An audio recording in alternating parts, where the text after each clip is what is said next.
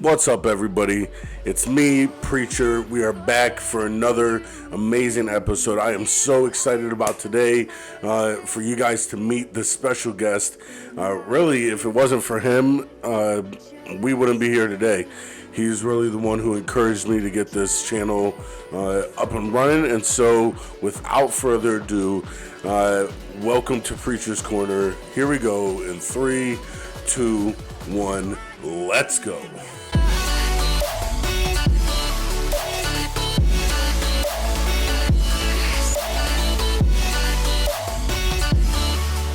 What is up, everybody? We are back. Scorpio is here. He's like, it jumped out, so he'll be jumping back in. So he's here. So don't worry. Don't sign off because you're here to see him.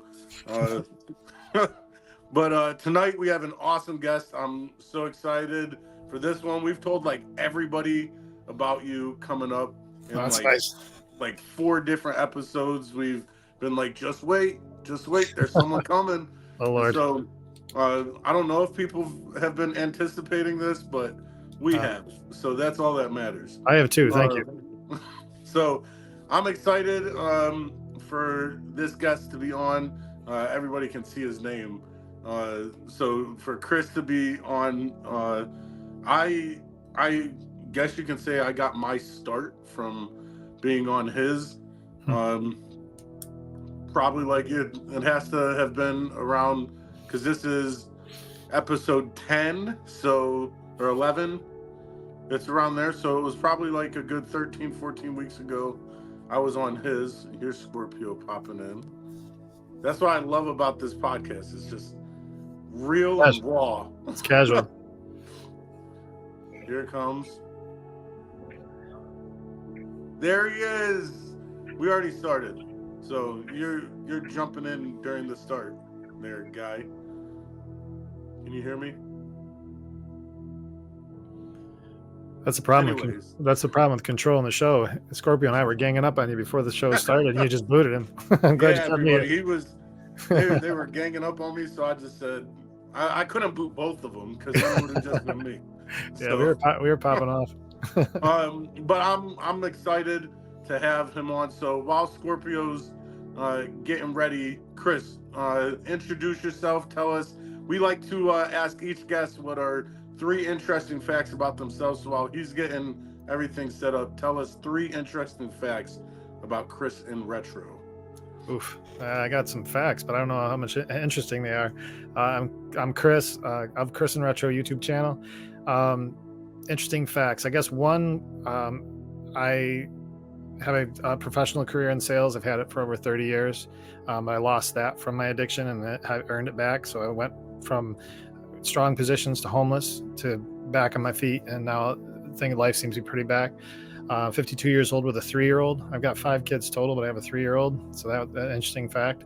And I used to be a mixed martial arts fighter for a bunch of years. So people don't really know that. That's an interesting fact. Yeah, I have I think 4 different styles I'm proficient in. That's pretty cool. I wasn't great at it, but I loved it. So don't get into a fight with you. No, I didn't say I was good. I did not say I was good. There's a big difference. Better than I am. No, there's a big difference. There's a difference between doing it and being good. And I did it. So, but that people don't always know that. Facts. So thank you for that. Thank you for those interesting facts. I think the martial arts one is pretty interesting. Yeah, you may not say so. I fought with a promotion called Cage Combat, and they've since gone out of business. It was at the time there was a lot of regional promotions, and that's who I fought with. Oh, that's pretty cool. Out of there, Matt Secor, who fought in the UFC and Bellator. Really? My very first fight, I fought just before his first title. Actually, really? Yeah. That's interesting. Well, I got beat in the first. I got beat in the 3rd round, so I don't know how interesting that was. So, well, thank you for that. No problem. We started last. It'll be right now. It'll be airing next week, but yeah, when people watch this, it'll be airing last week. That's what it's all like weird when here he is again. Hold on. Keep floating in and out. He's back. There he is. This is hard to do right now without. Let me tell you. You missed all the interesting facts. Yeah. So Jeez. Scorpio, we were joking about the fact that we were ganging up on him before the show, and he booted you. I know, just kick me off the show. That's how he feels.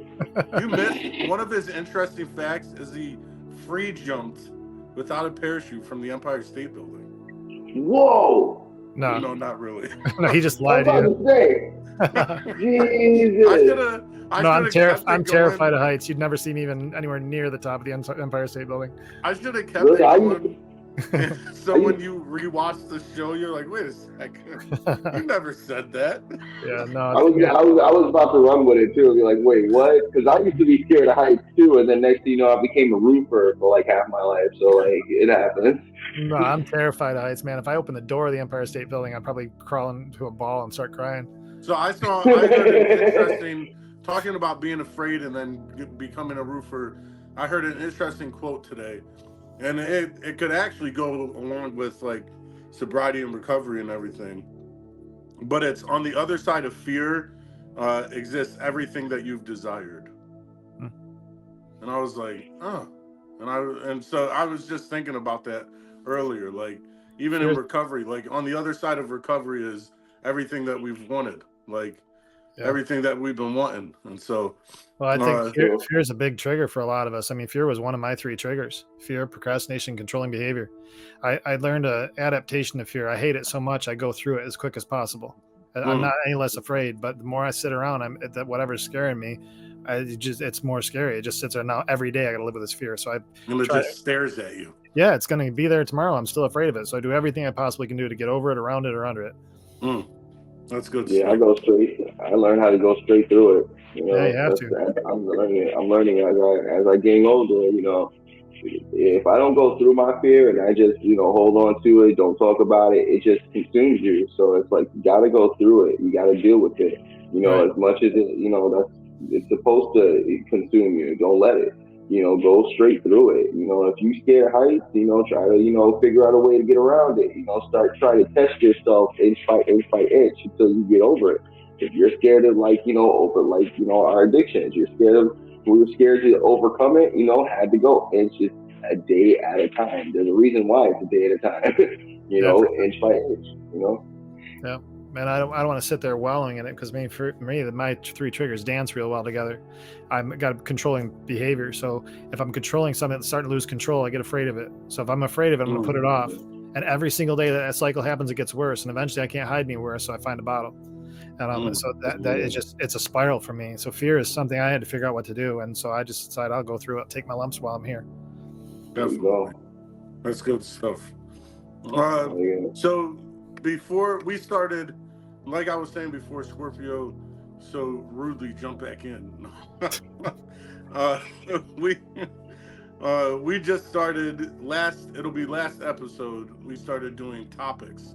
And like I said in that episode, we're really doing the topics now, starting to throw in topics for each episode, because getting a guest for each episode of Preacher's Corner is definitely unsustainable. Yeah, it's tough. Because then you have to find a guest for each episode.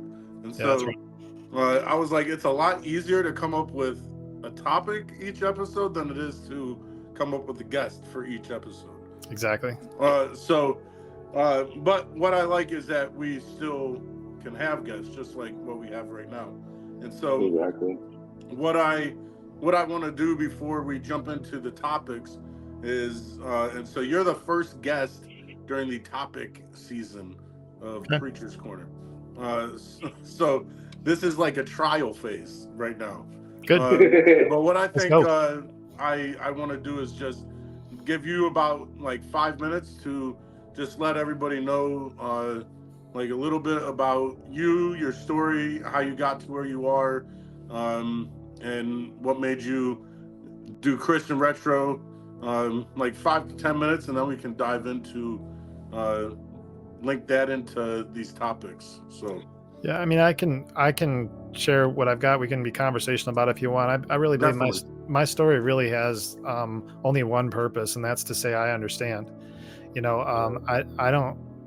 I think we all get into these moments where, okay, well, you did this. Well, I robbed a bank. Oh yeah, well, I robbed a bank with a helicopter. We like like we get, I think a lot of times in meetings, especially as we're first getting going, we get in this competition about our story. And I mean, mine is just basically, I had mental health stuff that I grew up in a different generation. Depression and anxiety was tough it out or get over it. And it wasn't a diagnosis. It was just like, don't be a wuss, suck it up, buttercup. Rub dirt on it. Yeah, suck it up, buttercup, rub dirt on it, whatever you want. I mean, that was what you had to do. And so I grew up small town in Naples, New York. I grew up, my brother was 14 years older than me. I had 5 boy cousins that were all within like a house of each other. I was the youngest of all of them.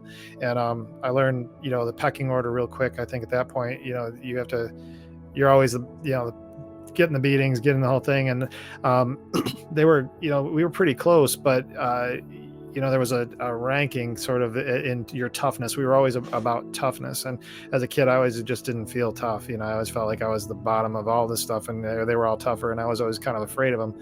And none of my family really had education or something. I mean, they all went to high school and things, but I just started having aspirations to do more. And so I would push and try to get more out of it. I played sports, played baseball and soccer primarily, but soccer was later in life, but baseball was really my love. And I had a good life. I mean, it wasn't bad parents, wasn't anything. I really should have really done everything. That's why my story is a little bit ridiculous, because I had all the reasons why things should have been good. And but I think I'm the evidence of why addiction is so baffling. There's no reason in the world why I should have fallen apart. I mean, a lot of people have horrible stories growing up. I mean, Preacher, you and I have talked about yours, but I didn't really have an excuse. Mine was just, I was a disaster and I chose wrong lanes. And so I always had a kind of a lean towards exciting too. But I remember for me, one of the things has always been anger. And I didn't realize that was driven by fear. I didn't know that back then. I know that now. And so I remember a turning point as a kid growing up is I had a cousin of mine that was a pretty tough guy. He used to beat on everybody. Well, he liked to beat on me too. And I remember one time I took a tomato steak. I had enough of it as a little kid, and I whacked him with this like a baseball bat. And I realized, you know what, not for nothing, I'm not putting up with this anymore. You can whip me, but I'm gonna fight you. And so then that's where the fighting lane for me started, as I started getting into martial arts and things like that. And then ultimately, got myself into a cage. But the professionally, the same lane, I decided I was going to go down, school. So I went to Finger Lakes Community College for 2 years, played baseball there. And I always seemed to get derailed with relationships, women. I'd find a woman and then everything would get focused on that woman. So I got married real young, and yep, there you go. Yep. Got married really young. I had my first son really young. Honestly, my kids have been something wonderful for me, and I'm so thankful that I get to be a father. But it's been, they've always been there, but I've always had this like draw to other things. I had a career that was great. I mean, honestly, I was in professional sales. I worked for some large corporations. Everything was going really well. I had 13 leadership awards. Everything was going really well. And then all of a sudden, over time, alcohol, I had a divorce, was pretty ugly. And then the party wasn't really a party anymore. It was more of a necessity. And so I drank heavily at home. And I didn't realize it was over depression and anxiety. I still wasn't diagnosed with it. I started catching small charges here and there, DWI here and there, and, hassling other people stuff. And then I had another season of life that got pretty dark, and I started really drinking. And I got a DWI in 2016. I got a bunch of misdemeanor charges for all kinds of stuff between that and February of 2017. And that's when I was homeless. I got thrown out of the home I was in. I had not a penny to my name. I lost all of it. And I was sleeping in and out of the Calvary Cemetery in Canandaigua. I was wandering around, just not wanting help. But people were well-meaning and wanting to help. I just wouldn't accept it for whatever reason. I don't know. I just wanted to still try to find my lane. I still wanted to grab the bottle. They wouldn't allow me to drink. I still wanted to be available to get that bottle. And then long story short, I ended up by being a felon because of my behavior. And I went into rehab in April of 2017. And at the time I was facing 7 years in prison because of some of the things I'd done. And I was fortunate, based on clerical errors of all things, that it turned out to be 1 to 3. So the clerical error, meaning the timing between my previous felony charge that turned into a misdemeanor sentence to my next felony charge that turned into a felony charge, the timing of it and when the sentence was delivered made all the difference in the world in the class of my felony. And so I ultimately ended up, and I see that as God, honestly. ultimately, I ended up with really nothing for time. I mean, all that time turned into 6 months in county and 5 years post-release. And I had 3 other cases that had 3 years post-release, and they put it all together. And if I just get my life together, I'd be okay. So I started my sober journey September 11th, 2017. And I have had a relapse since. And you know, it's again, that's part of my story as well. I think one of the things I struggle with is these people that I am an AA person, but I struggle with the fact that what the connotation of a 24-hour chip means to somebody that had long-term sobriety. It means, oh crap, everything I did doesn't matter anymore. And for me and my story, it's part of my path. You know, I had to come up with new tools to say, look, I wasn't ready for whatever it was that I was dealing with at that point in time. I need to be ready about that in the future, because chances are I'm going to face it again. So now what? So what do I do now? Well, I could sit around, I could whine about it, or I could get up and go fight. I could go up and say, you know what, today is the day. I'm gonna put my toe on the line. I'm gonna go get this thing done. And so that's what happened. And so now I'm back here in front of you guys today. Chris and Retro came into play because I had a prior YouTube channel, like podcast, that I had done through a studio with a law enforcement officer of all things. It was called 100 Proof Living, a conversation with a cop and a criminal. And we did that for 3 seasons. And just energy, time, money, that didn't work out. And then years later, I started this Chris and Retro. And the whole point of the show is that it's retrospective look. It's retrospective look at 2 things. One is that here it says, you know, it's closer than it appears. Well, what that means is your high risk living, your total collapse, no matter how slick you are, is a lot closer than you think it is.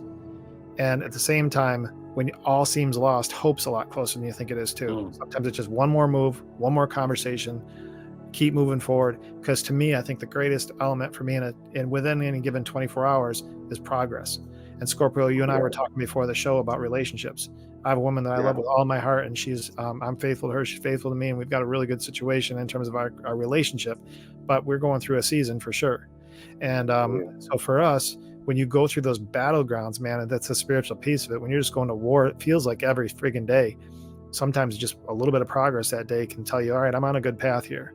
And I can't go back. So that's the best I can do in a short period of time to talk about a broad brush of who I am.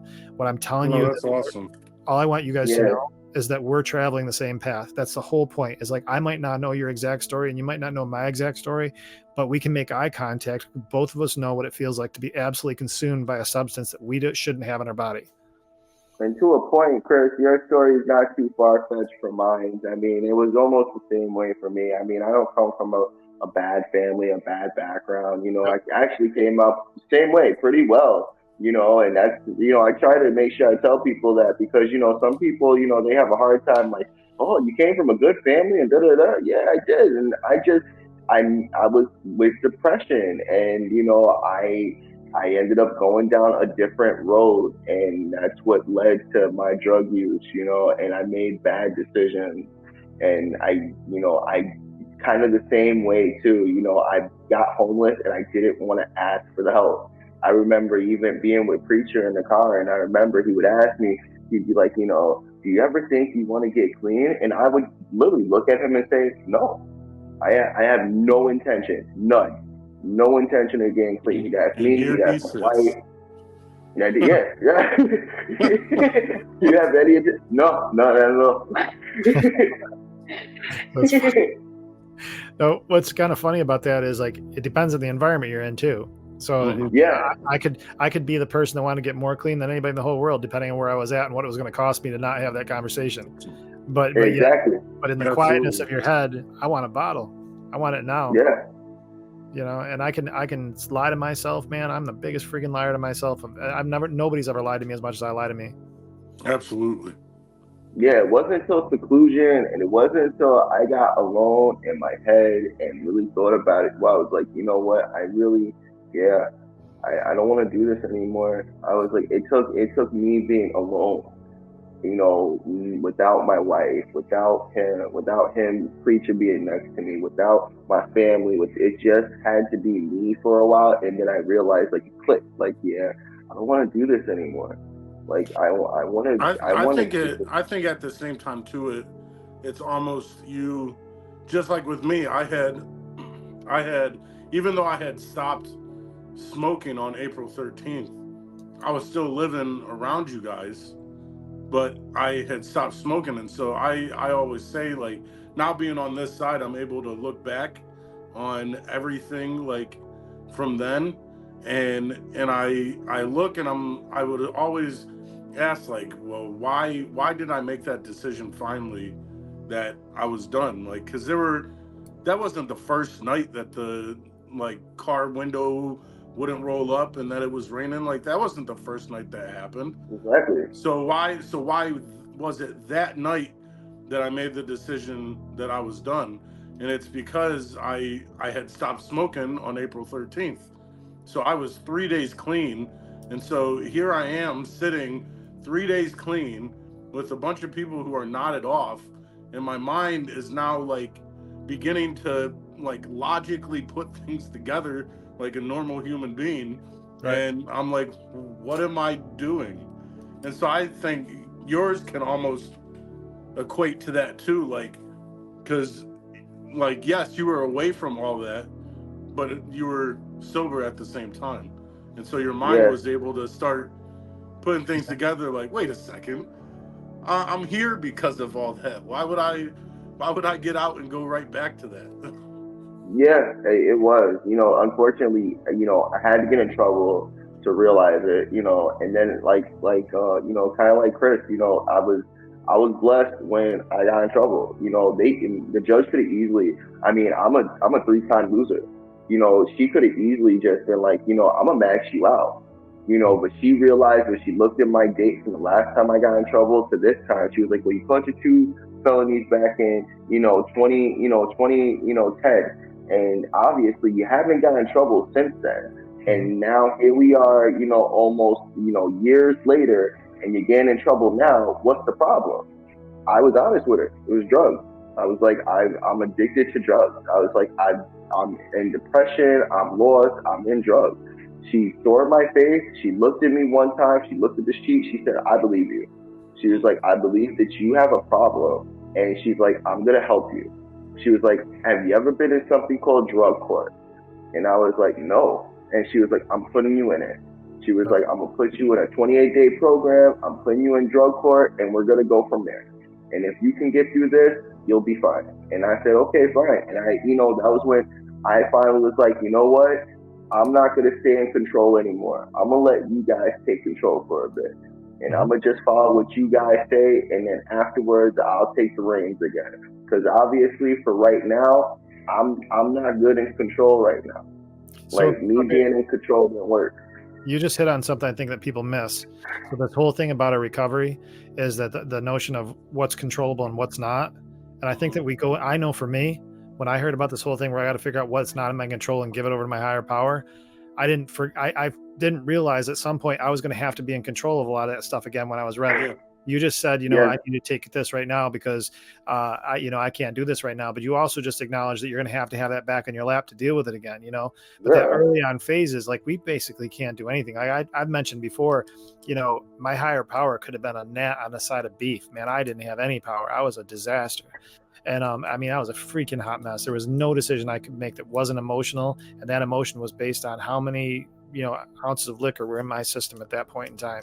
And so I co-sign what you're saying relative to early on, man. You got to turn that over to somebody else, and get that accountability is so important. The other thing too that you mentioned, I think is important too, is like a lot of people just throw their hands up when they get in trouble again. There's a lot of value in keeping it clean in that pre-sentencing report. That is a lot of work. That work helps. Yeah, I learned that too. I was like, doing a lot of this, doing the work that was, in my programs. I was like, yo, this helped. I was like, it kind of helped me decide what I wanted to do in my career. I knew I wanted to help people. I've always wanted to help people, and I couldn't figure it out. I was like, I knew I wanted to help people back before I even got in trouble. I remember years when I was a kid, I wanted to help people. I had phlebotomy certifications. I had electrocardiogram certifications when I was younger. So I wanted to be in healthcare, but then I wasn't too sure. So I knew I wanted to help people. I just couldn't figure it out. And then now going through addiction and going through this route, I'm like, it clicked. I was like, oh, I know what I want to do. I was like, I think I want to be a counselor. I think I want to try to help people get through what I'm getting through, like just in a different way. Like I see how you guys are doing it. I get it. And I get what you guys are doing. I do. I just think I can tweak it just a little bit different. Just a little bit because I've been in the same situation like you guys have. So let me just try to help a little bit different, and let me just see what organizations I want to join. But let me go to school first. Let me learn the ins and outs like I'm supposed to, and then I'll come back to the drawing board and see what's up. In the meantime, I'm part of an amazing podcast where I'm learning more and more every day with people and learning every day from my outpatient. So I'll just keep doing that for now, and that's what I keep doing.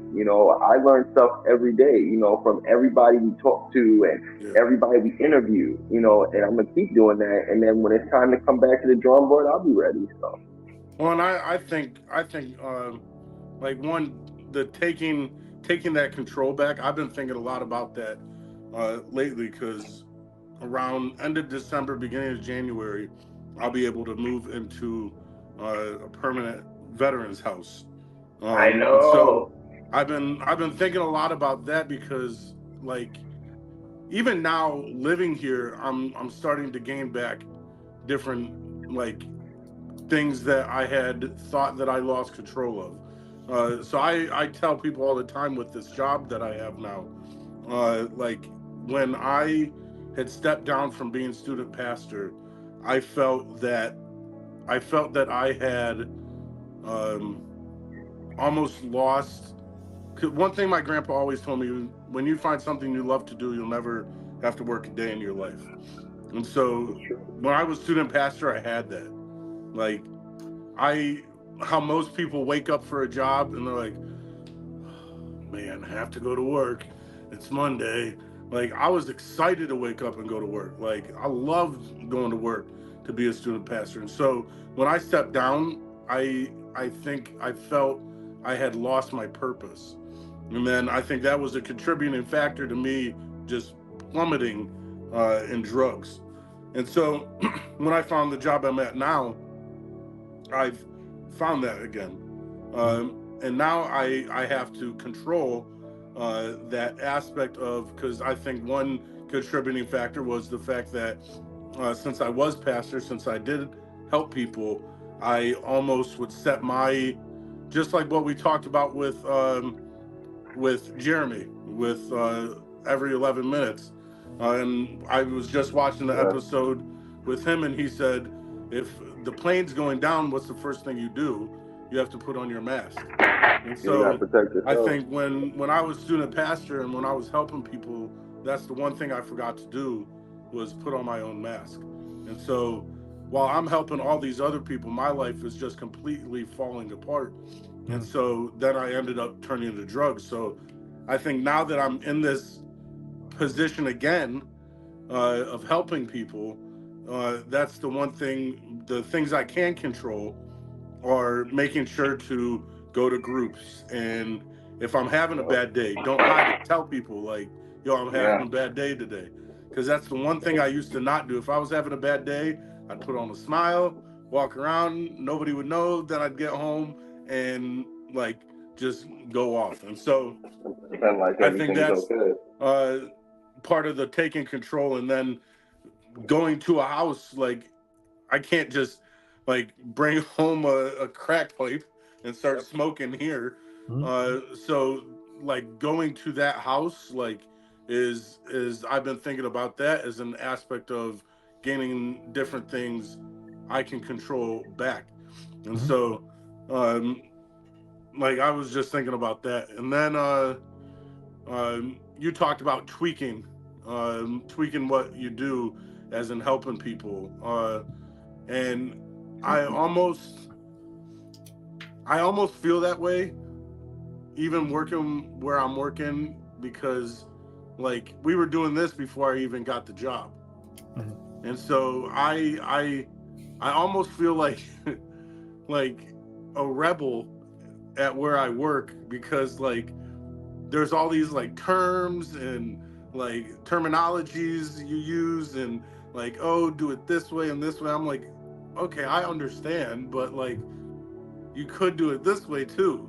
Like, and so, and I think as a peer advocate, it's almost like we're peer advocates. I've heard like have like are able to like step outside of the box a little bit because you have to work closer with the individuals. And so I almost think sometimes the terminology that gets used is almost like a hindrance at some points because you're like, oh, wait, I can't say it this way. What was that word? Yeah, but I think it's unrealistic that you're going to remember all that, because the thing Absolutely. is that's not what your training is. I mean, I was a peer advocate in the ED over here for a while, and our job is to connect. Our job is to say, I've been where you're at. There's another option. Let's figure this out for you. I don't know where you want to head with this thing, but I've been where you're at. So how about we just walk in this path for a little bit? Let's get you on a better footing. That's all it is. I mean, my job is not to fix anybody in my life. I mean, and your job is not to fix anybody either. Our job is to plant a seed that right now for this conversation, you get something that you can do something with.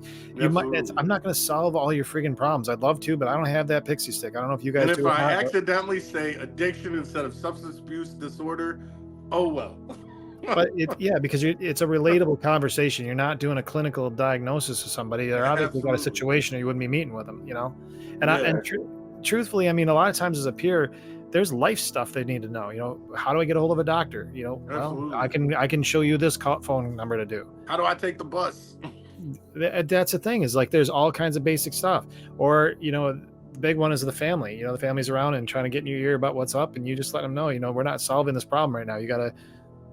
These are the resources. You're pointing people to resources, but it's a great role. But I guess for both of you guys, the thing I would encourage both of you to do on this, it sounds like you're earlier on in your recovery. This work has value, a ton of value.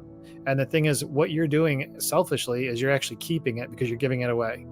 The longer that we sit back, and that's another thing that every 11 minutes Jeremy talked about. No, it's so true. I can tell you right now, if I sit on my own, I'm going to spend more time thinking about the things that are going wrong in my life. And there is so much energy. It bolsters my recovery journey by spending time in front of people saying, look, you're going to be okay. If I sit here the whole time talking about my story, I'm a yawner. I mean, let's get real. There's only so much I can offer you.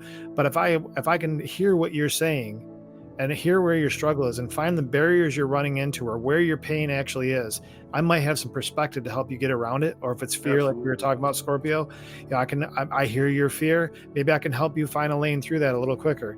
That's my job. And I actually don't work in the industry anymore. Like I said, I'm in sales, but the fact of the matter is my life, I'm in recovery. This is not something, okay, I'm in recovery over here. I'm not over here. I'm Chris everywhere. I'm the same Chris. I swear to God, you're going to meet the same Chris no matter where you meet me. It doesn't matter.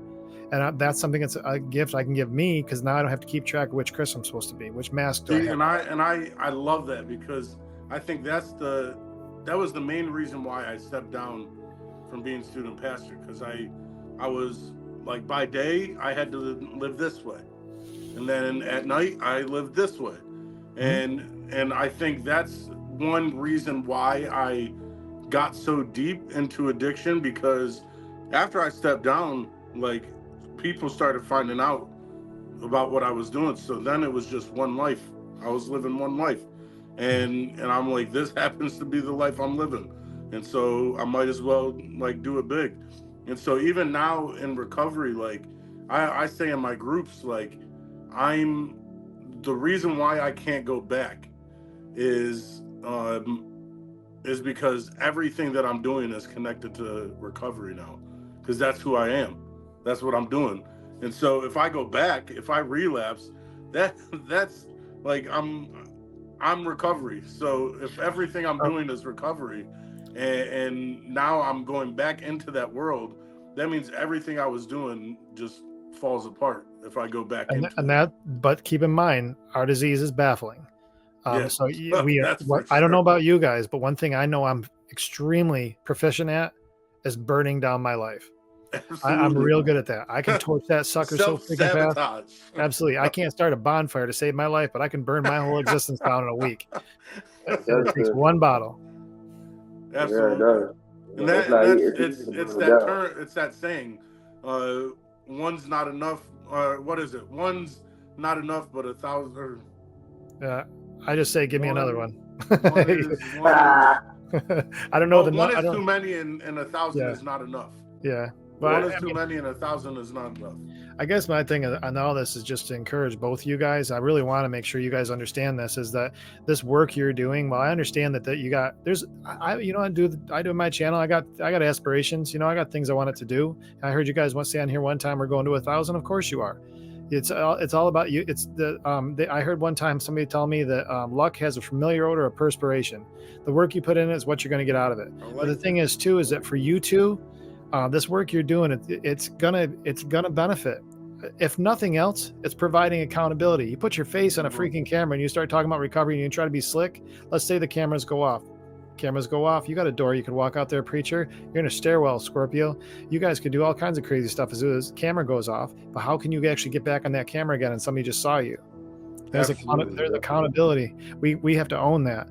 You know, Sammy, she goes by the moniker Sammy Says on the stuff that she does. We do a thing called Signature Moments every Sunday, and we're going to be doing it tomorrow. We didn't do it today, but it's just she's actually in a halfway house, and so she calls into the halfway house. That's actually what this little attachment is right here.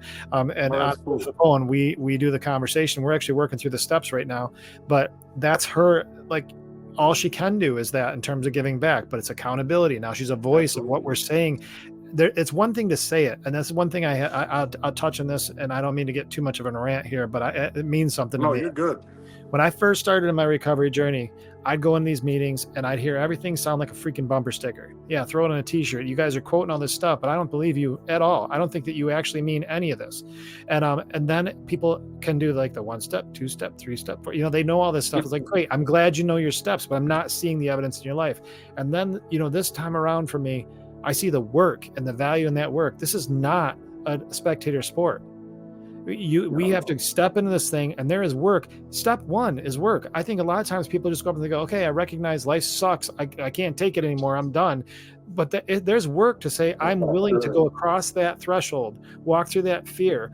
And because now what happens is everything I've known now starts to stretch like a Band-Aid. The world I once was in is starting to go like this, and I got to yank away from it. And the world I want to go to is just so out of reach. And that's step one. You know, you got 11 to go, and you're going to repeat many of them. But we do 1, 2, 3, and then we do 4 and 5, and then we stop. But there's work that says, hey, I can't take it anymore. I'm done. I can't freaking do this. It's beyond me. Life, every single thing around me is just a complete disaster. And I'm now seeing that this is not getting any better. It's getting worse. And my eyes are opening. Even if I'm drunk, I'm seeing this sucks. And then step 2 says, there might be something beyond me that can help me. Yeah. And you get to that point and you understand what that is. For me, it's God. I had to have one with a name because I can't call 0 and get an operator and hope they connect me with something that's going to help me. So I called him God, and he actually, for me, it didn't take a church. It took a jail cell, and I realized that God actually matters. And then the third one is to actually have the ability and understand what questions do I have to ask myself so I actually turn those things that I don't have control over to my higher power. We don't ever turn it over. We say we do, but we don't. I don't know if you guys have this problem or not, but I do. 90% of the crap in my head right now as I'm on this podcast with you guys, 90% of it is things I cannot control. And I will spend the entire freaking day scheming, planning, worrying, hustling, doing whatever I can possibly do to deal with 90% of wasted freaking energy. If I took all that and washed it out and put it towards energy, towards the things that I actually do have control over, I could slay dragons. But I don't. I spend all this friggin' time on this wasted crap. And we're 3 steps into the process now. And we got so much more to do. We forget this is not a lip service game. And as soon as we realize the music's off, you walked in the cage, the door's shut, and now you got to fight, like actually fight. That gets serious then. And now it's just you and your demon. And I know what mine is. Have you ever seen you saying that walking in and the gauge shuts? Have you ever seen the original Spider-Man with Tobey Maguire? Yeah.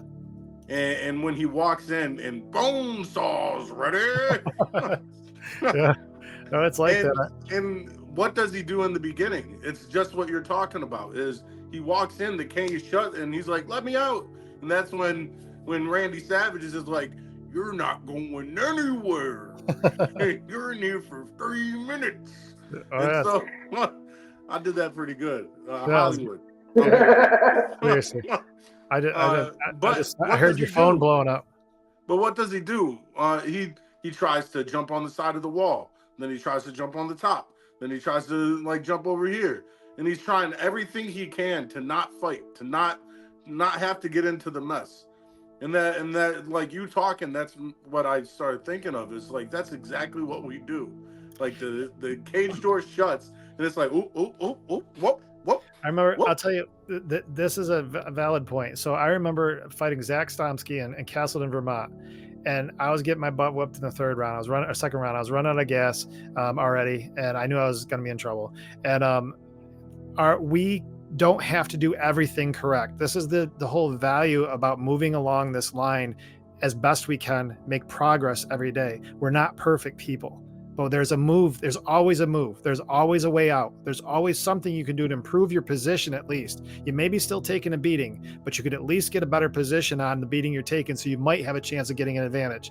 Absolutely. Zach had me up against the cage. He's probably hit me about 15 times. I was trying to cover up and do something, but I could do nothing back, and he was starting to fold me. I could feel my energy level coming down. I was starting to really get hurt, and I remember thinking, well, I saw his footwork, and I took one step and circled out. I was able to circle away, one step, and I was able to survive that beating. Now, sometimes it is just survival. Sometimes it's not advancing for some great victory. And, you're going to start a podcast and do it. It's not like that. Sometimes it's just one move, one step.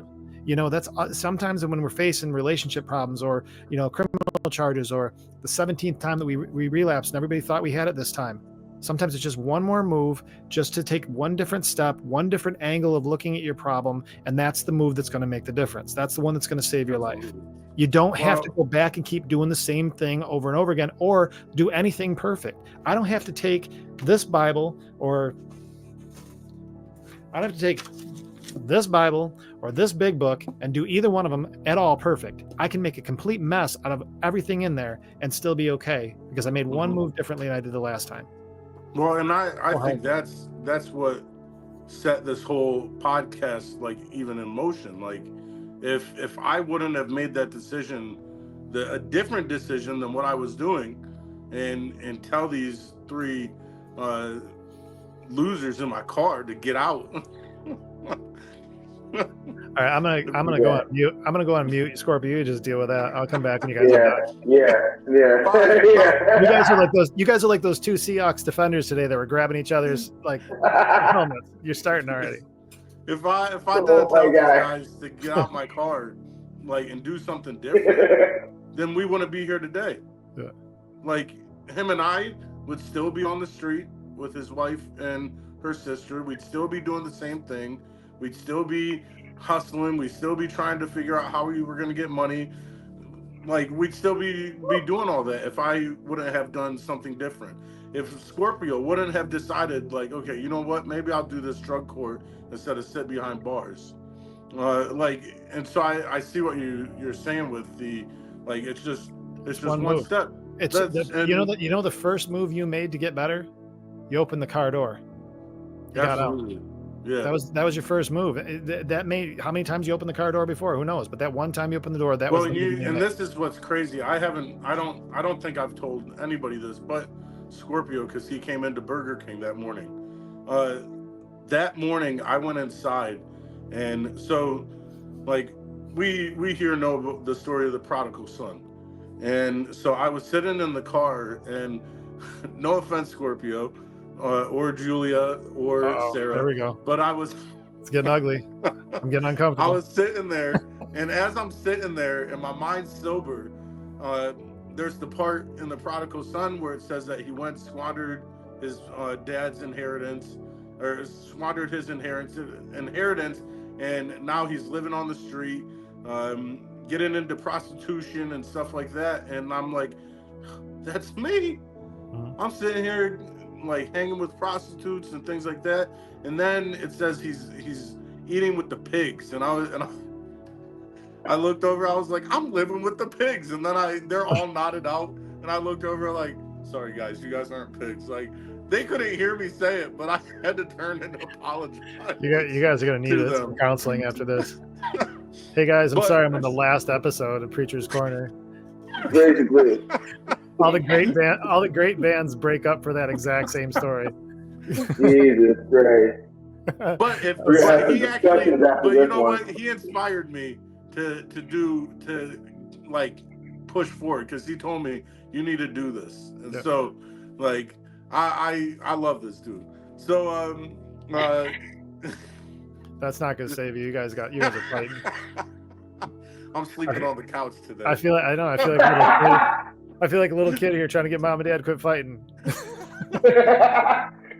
But I after I got out of the car, and so usually, like, and you can ask Scorpio, we would it was like a morning routine. Like, we'd all wake up, we'd be like, okay, so what are we gonna do today? Like, how are we gonna get money? And then we'd go into Burger King, use the bathroom, like try to get some money while we were sitting there, get like $10-15, go in, get like a breakfast sandwich and ice cream, because the girls for some reason loved ice cream from Burger King. And so, like, get a drink, something like that, use the internet, charge our phones, and then we'd go out to the car, call the tow truck to come jumpstart the car, and then we'd be on our way. And so this particular morning, which was April 16th, I went inside, and the first thing I did was, because I'm already thinking about the prodigal son story, I texted my dad, and I texted him and I said, Dad, I was like, I don't deserve any part of forgiveness, but I'm sorry. I said, I laid it all out. I told him everything that I was doing. I said, I've been living on the street. I've been smoking crack. And I just laid it all out. I said, you know what? And I knew that was the first thing I had to do, because I said, if I'm gonna make a difference, I have to at least let people know what I'm doing. If I don't let anybody know, then I'm gonna keep trying to hide this. Yep. And so I told him, and then when I told him, I told someone else. I told a buddy that I had gone to church with. He was one of my leaders in the student ministry. He came, picked me up, gave me a shower and everything. And then, like, even when I got to the hospital, I said, I back probably like 4 years ago, I started working out and working on losing weight and things like that. And the first thing I did was start posting pictures every week, because that kept me accountable. Mm-hmm. And so the first thing I did when I was in the hospital, I typed out my story and posted it on Facebook, because I said, if I'm gonna do this, and I'm definitely gonna like begin to change, and I'm gonna get off these drugs, and I'm gonna start putting my life back together, I said, I need to let people know what I was doing. So now people are holding me accountable. I'm not saying it's for everybody. I did a similar thing, but I agree with that concept, at least for my life. I mean, for some, that's not the best look. I mean, it comes with a lot of other implications when you do that sort of thing. I mean, you got some people looking at you going, "Oh, really? You want to work here?" But the other thing is, I think that for me, anonymity was a fertile breeding ground for relapse. So, I mean, I'm not saying anonymous groups. I understand why they're anonymous, because you don't want to share other people's stories as they're spilling their guts. But for me, man, if I didn't tell people I was a drunk, and you probably should know that, I could keep being slick. I'd keep burning it down. I had to profess and declare my new day. And that's what's crazy is now, no matter who I meet, that's the first thing I tell people, is that I'm a recovering addict. And I don't know why, but it's almost, I just want people to know, like, look, this is who I am. Like, well, the thing is, though, it opens, what is our job? Think about what our job is. In recovery, we have a couple jobs. One is to stay in recovery. Mm-hmm. The second one is to help others find it too. Yeah. How can we do that if we're keeping our mouth shut? Absolutely. And so I'm not saying that everybody can handle the full story. I don't share my whole story with everybody, but I say, I say, my work knows it. If there's a public event, they know I don't drink. I can be around alcohol. I mean, I've got a pretty good way of dealing with that. But I think it's a wise choice for some of us to be very open about what we're dealing with. We were going to do topics tonight, but I think that you were leaning in the first one here with the forgiveness idea. And forgiveness is a big part. That's how you deal with resentments too. So, when we're dealing, a lot of people that we're saying this to, sometimes I don't know about you guys, but I always felt like I was everybody's villain. But then I realized, time out, I've got a lot of resentments too. I don't need to ask forgiveness from everybody. I got a lot of people that I feel like did me wrong too. Yeah. And, forgiveness is a big part of this whole thing. You just said you confessed this to your dad and wanted his forgiveness, but he may not have given it. I don't know what his situation was. I'm curious, Scorpio, you're dealing with, stuff in your personal life. I mean, what's forgiveness with you? I mean, how's that play out for you? Oh man. Forgiveness was more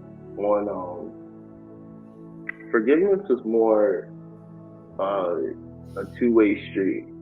Forgiveness was more like I wanted my family to understand that I didn't need their forgiveness. I didn't need it, but I wanted them to understand that I was sorry for the things that I did. Not that I needed it, but I wanted them to understand that what I did was wrong.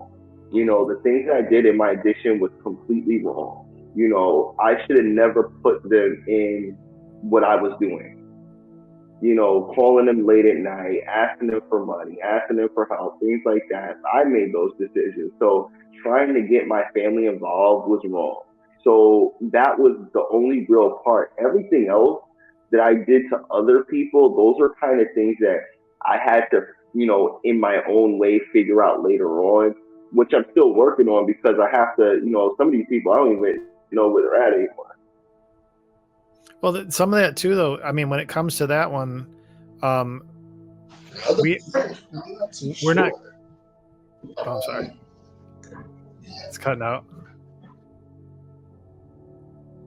Oh, there he goes.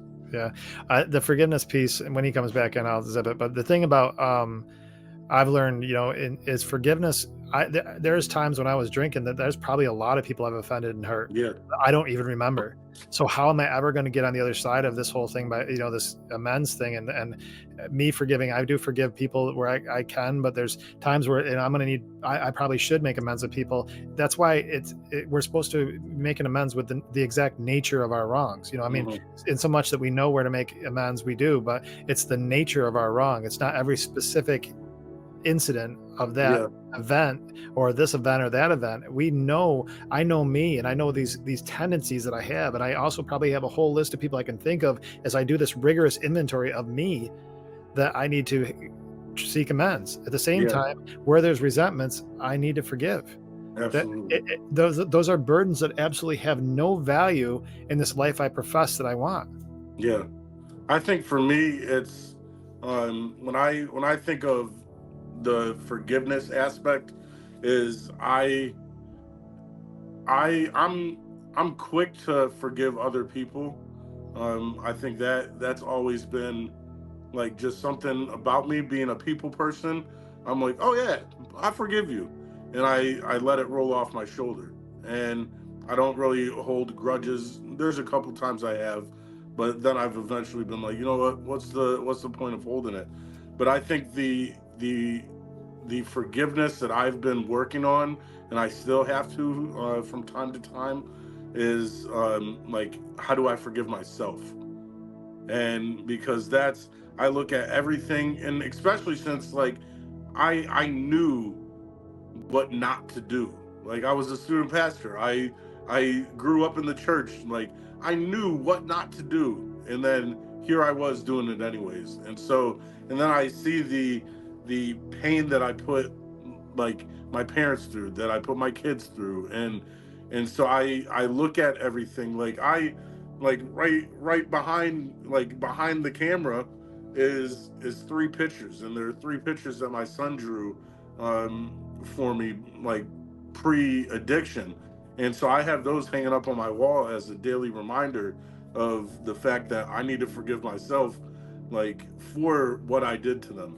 And so I think it's just like, that goes back to the fact that you're not your own higher power. Yeah. I mean, I think that we spend more time saying that we need to turn over our lives to being something greater than us, but yet we think that our whole sobriety is based on what we do or don't do.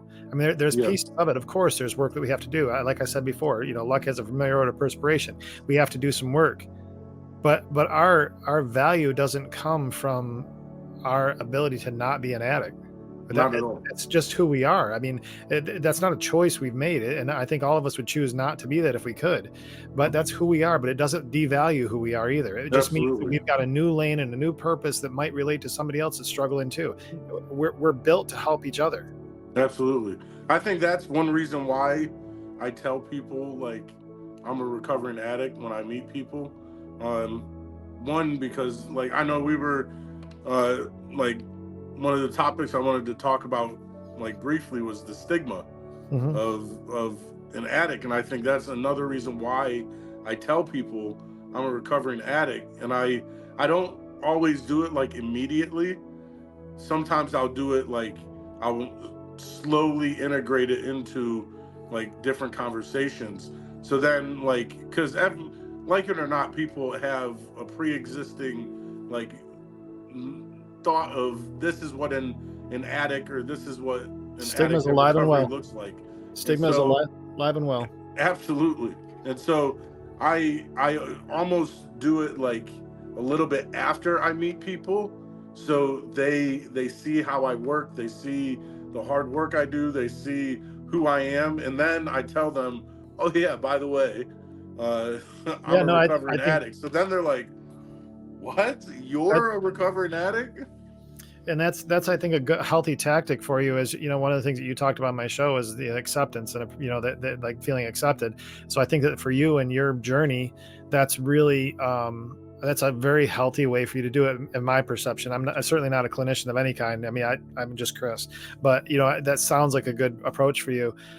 I can tell you stigma is not a small subject in my life in terms of how I look at it. Mm. So I think stigma takes it on a different life. I'm an ambassador for a nonprofit called Shatterproof, and that's entirely based on dealing with stigma. And I've been with them since 2019. But I have certain levels of stigma I hit. So what I think one area of stigma is that people that do get behind you a little bit, they're just glad you're not drinking. Good job. But you're still an alcoholic, but good job. It's great you're not drinking.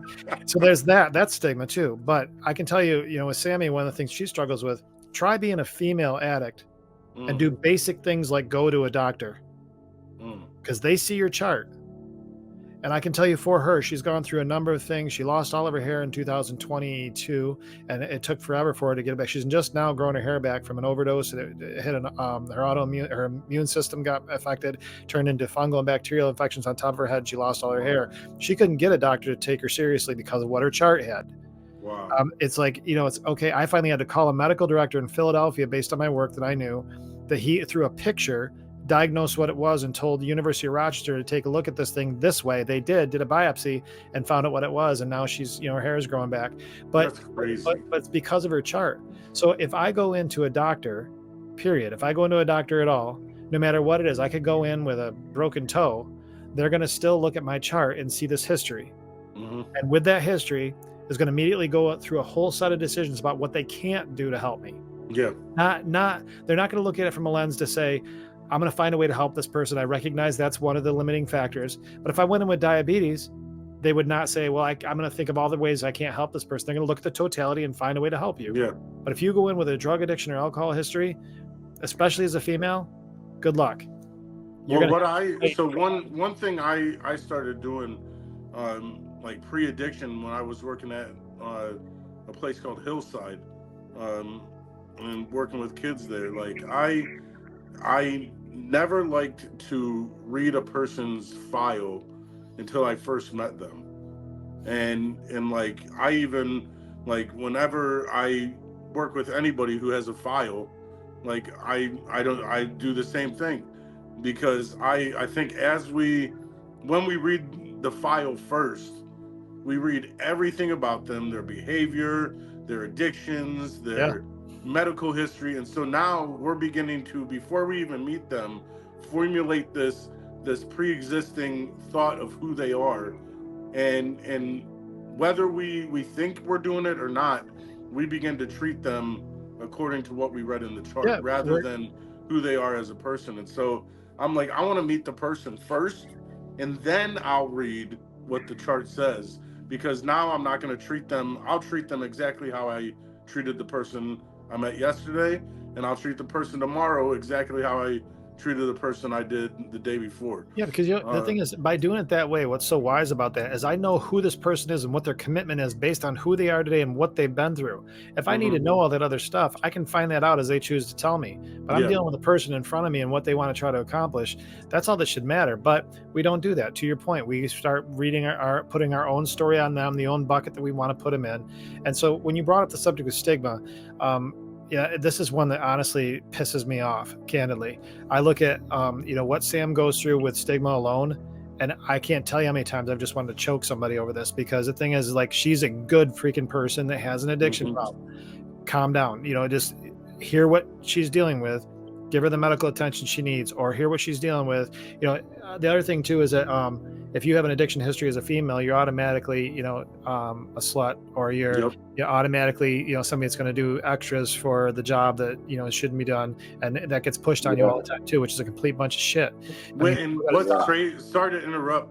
Like, I don't want to. Yeah, because I do that too. Like, on a regular basis of mine. And this is what's crazy, because, like, I want everybody who's listening to know that isn't just like doctors and other people who are like, oh, a woman who's in addiction. When I was in addiction, like coming into that world, I was like, oh man. I was like, oh man, like that's a female. So obviously, if she's on drugs, that means like she's willing to do. Oh wait, you boost to get stuff? What? What? You don't sell yourself. Yep. And so, like, even coming into addiction, but here's the thing thought about women in addiction. Yeah, and I understand what you're saying, but so what if they did? That's the thing, is, so what if they did? I mean, it's not like, I think that there's a fallacy around that whole thing to say that that they're doing it because they're just big hoe bags. It's not what it is. I mean, just like, it doesn't make them a bad person either. Well, for me, I've completely demoralized myself and removed myself, and all the standards that I hold true to be about a man when I'm drunk are gone, just gone. And it's all because of the booze. You're chasing the booze, you're chasing the drug, chase the dragon, as they say. It has nothing to do with the physical context of what's going on. You're getting your favorite thing. Sam calls it she says it's Satan's perfect masterpiece. That's a thing that people also don't understand. It's like, they say that we're talking stigma. A normie would say to me, or say to somebody else, well, why do you do that? Why do you make that choice to do that? For us, it's light. It's Satan's perfect masterpiece, because it's everything we want, and it'll kill us. I mean, it is. It's right. It's exactly. not. That's what we want. Yeah. Yeah, you're right. Because I totally agree. Because I do the same thing with my wife. She's going through that right now. Like, she doesn't want to go to the hospital. And one of the main reasons why she doesn't want to go to the hospital is because of that exact reason.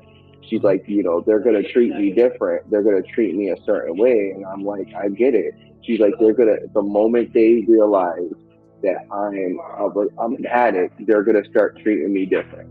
They're not going to treat me as a regular person anymore. They're going to treat me as an addict. And everything that, they'll treat me right at first. And then the moment they look at my chart and realize I'm an addict, everything's going to change. And I thought that was a lie at first. And then I remember one time I was with her, and I did see it's true. Yeah, to a T. Well, now, and then start adding on if you have warrants and things like that. Like that, that then makes it even worse. Right. Well, the thing is, and it does. To Scorpio, to your point on that, so here's where stigma plays out even more. So that event where let's take one event where your wife or Sam or somebody goes into their medical facility that they need medical treatment, nothing to do with addiction, medical treatment. Okay. Exactly. They're immediately going to be pushed under the guise of medical treatment. So now let's say this. So now the stigma also plays back on us, because now we're putting stigma on the medical provider that they're always going to treat us that way, so we don't go get help in the first place. And there are a lot of medical providers out there that won't. So it's not like saying the whole system is not here to help. There are many that will. But stigma plays out two ways. They put stigma on us, and then we put stigma on them, and we don't get the help we need. And who does it kill? Well, that's like saying, one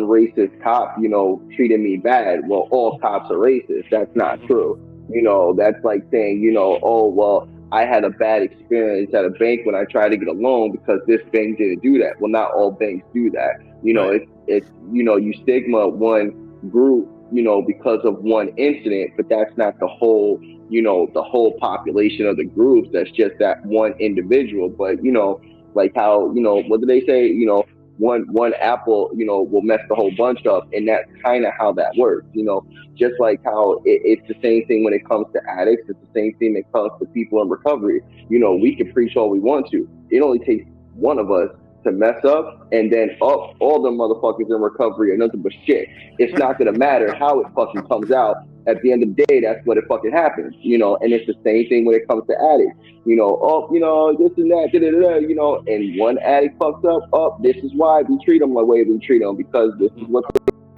they Right. do. It, I'm that's with just you. how And it goes. what's And sad about it is, uh, and I think you were saying it right at the end, Chris, is that like we we have the stigma towards them, they have the stigma towards us, and at the end of the day, the person who gets hurt is the addict. Absolutely. Like the yeah, doctor goes home. Well, so here's the thing, and this is the approach I take with every single thing in the addiction, every single thing in my life. It doesn't matter what it is. So this subject, yes, it's real. Stigma is real, and we can recognize what it is.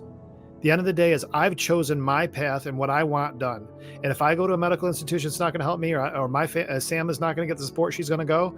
I'm going to go to any length to find her the help she needs because that's a commitment I made to self about my sobriety. I will go to any right, length to get it. Rigorous honesty, all these principles, I will go to any length. And the any length is not stopping at the first person that tells me no. Absolutely. I have an outcome I'm looking for. I want to live healthy. I want to live sober. So if somebody tells me no, I will go through them, around them, or over them, just like I do fear, because they are an inhibitor to a journey that I've decided that I believe by God and for my own well-being and my family I want to follow. And the same thing goes for my loved one and my partner in this life. I will go through, over and around and under, and whatever I have to do to make sure that we get to a place where that one connection can make that can help with whatever that situation is. And so much that I'm willing to stand down every single time somebody tells me no, I will fail. Because there's going to be plenty of people that are going to tell me no because I am a person in recovery that has a long history of documented drinking. There's going to be a million people out there that are going to tell me that I can't have this or have that. That's why I've got this sign up over here. I'm coming for every single thing they said I couldn't have.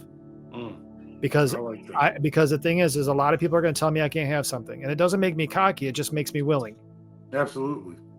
that's why I try to tell her the same thing. I understand, you know, I understand you're scared, but that's why I tell her, you know, then don't worry about you being scared because you're not doing it by yourself. It'd be different if I said, you know what, go to that hospital by yourself. But unfortunately, I'm not. I'm saying, let's us go to this hospital with you because I'm standing right behind you. You know, it'd be different if I'm saying, oh, well, you know, babe, go do this by yourself or go do this. I'm not. I'm saying, I'm going with you. You know, we'll go handle this together because I'm not going to let you go and deal this and let them treat you bad by yourself. Why would I make you do that? Mm-hmm. You know, why would I make them treat you bad and you're sitting there by yourself and they're making you treat you like shit? Man, fuck that. If they're going to treat you like shit, they're going to treat us both like shit, and I bet you they won't. Well, the thing is too is like I think that there's plenty of ways to fight fights. Sometimes there's ones that are more aggressive posture. I mean, there's if people are abusive towards Sam or abusive towards my children, they're going to meet a different me. But there's if there's a situation where they're just not understanding, I'm going to go everything I possibly can do to come alongside them and help them understand. Yeah. Sometimes it's just people are just completely ignorant or they're tired. Yeah. You think about how the medical profession is. You go to an emergency department. I remember one time when I was up here over in the ED, I walked in and the first two suites had a 4-year-old code died. The next one over had a 70-some-year-old. He died. This is the beginning of the freaking shift. And then here's this alcoholic that's come in no less than 7 times in the last probably the last 15 days. He'd been there at least 6 or 7 times. Just the last thing you want to do is deal with him. Right. So now the problem is he's drunk. It's perceived as a choice. He's got this issue. They're less compassionate about that circumstance. So if somebody's with him, advocating for him, they should at least understand the room. Well, and that's why we have peers. Yeah. Like to advocate for those moments, because unfortunately, like, because there's such a stigma on addicts, unfortunately they don't have a voice.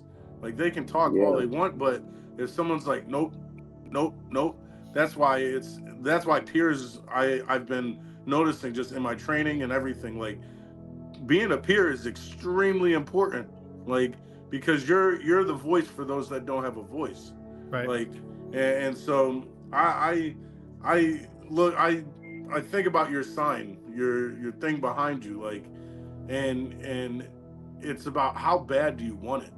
Yeah. Like if you're like, yeah, I want this, and then the first obstacle that pops up, you're like, well, that's it, guess I'm going back to smoke some crack. No, because like you're gonna oh have no, then you really didn't want it that bad. you're gonna have plenty of options to do that. I guarantee you'll have many more options to do that than you will to have the life you want. Absolutely. And so that's almost what I've adopted in my recovery. Like I'm gonna do this regardless. And I if swear to someone God. tells me no, I'll Well, either truck through them like an NFL like running back, or I'll go around to someone else. But like I'm gonna get done what I need to get done. This recovery thing, I'm not going back. So the only way I can go is forward. So if you're in my way, God bless your soul. The other thing too is be ready. I've learned in my journey, and I'm not trying to say, listen, little guys, you got to come listen to Uncle Chris. No, I'm not Sit saying at that the at feet all. of Uncle Chris and Yeah, listen. come over here and sit on my lap. No, I'm not saying that at all. But listen here, P. Diddy. Yeah, okay. Let's go get in Preacher's car. No,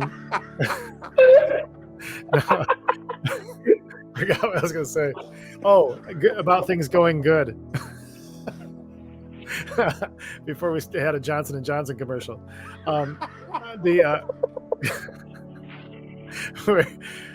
the baby oil. Anyway, no, what I was going to say is, like, when you get that fortified, you feel like you're ready to go and everything's good, you kind of let your guard down. That's why it's important to have people around you, have your fellow travelers, except for Scorpio, who obviously is going to laugh when you get yourself a divine. But no, for real, like, the thing is, like, when things are going really well, that's my worst days, especially if I'm going to be walking past a car with you in it. But facts. Yeah. But yeah. But so that, like, in closing, this was an amazing episode. Like I loved every part of it. It was fun. We got to talk about baby oil. Sorry, YouTube. Don't. Everybody's talking baby oil these days, man. Yeah, very true. Everybody's talking about baby oil. So, you're just trending now. It used to be creepy.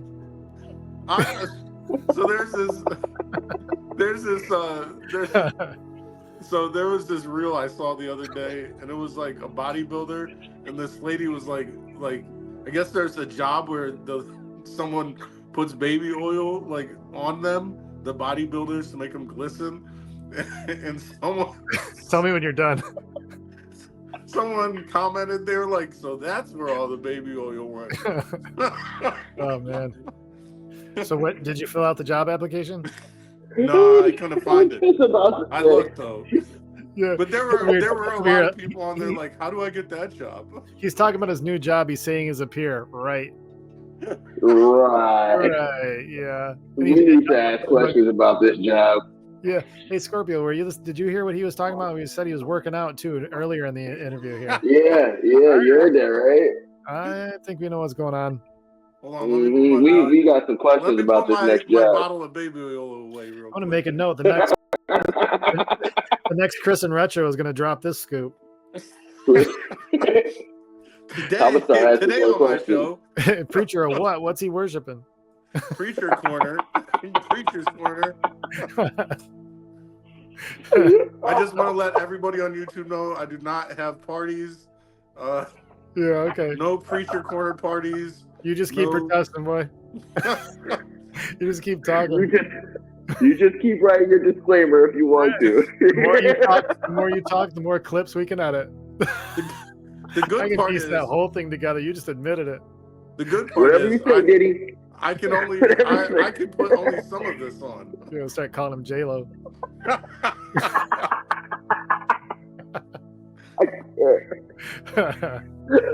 I'm on the wrong podcast tonight.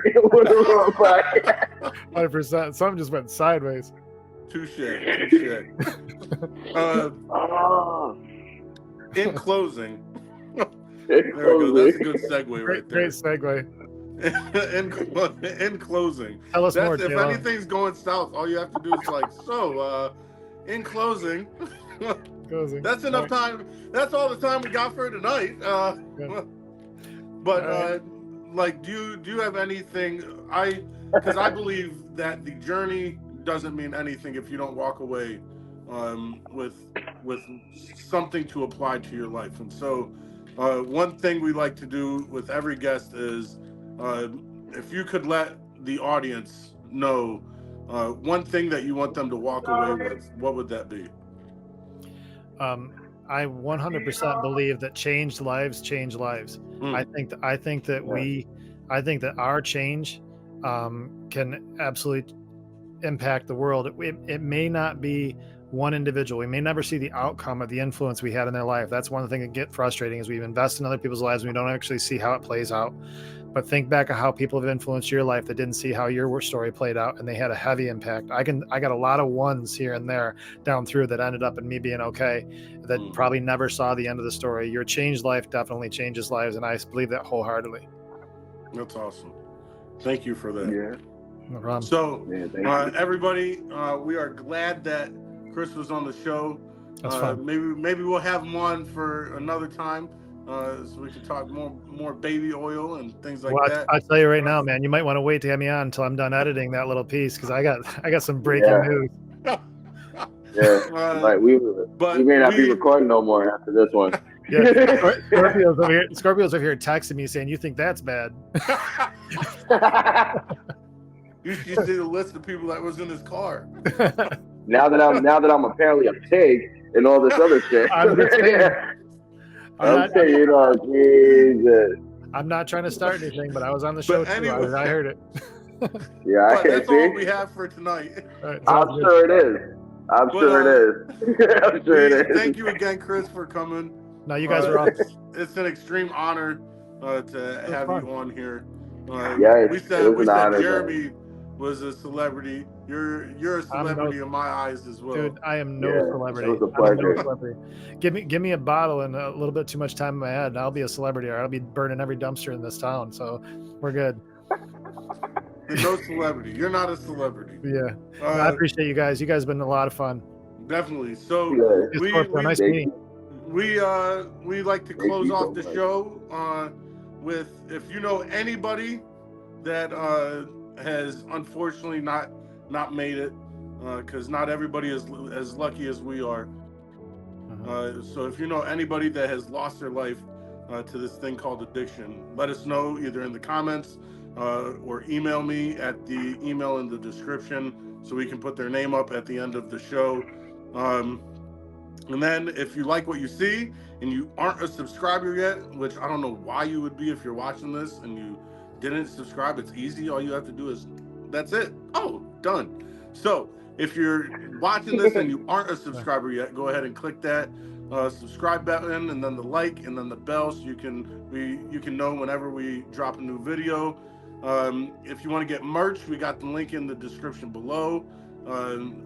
Chris, if you want merch, we got the link in the description below. It's some nice merch to walk around and rep Preacher's Corner. I'm sure it is. Johnson sponsored it. I was just about to say I should make a design now. I should make a design now that looks like Johnson & Johnson. But it's Preacher's Corner. We'll send him a shirt with a little thing of baby oil. We got you, bro. We got you. This is for if your hands get dry. Oh, Lord. But we thank everybody, and we will see you next week with another episode. It'll be just Scorpio and I dogging on each other, which is always fun to watch. So if I'm even still here next week, you're good. Don't listen to him. You're good. He's the one that's going to be in trouble. You're good. You got to carry the show now. Pigs have to stay in the stall. But anyways, we love you guys, and always remember to love yourselves and love each other. Peace. Take two. That's right.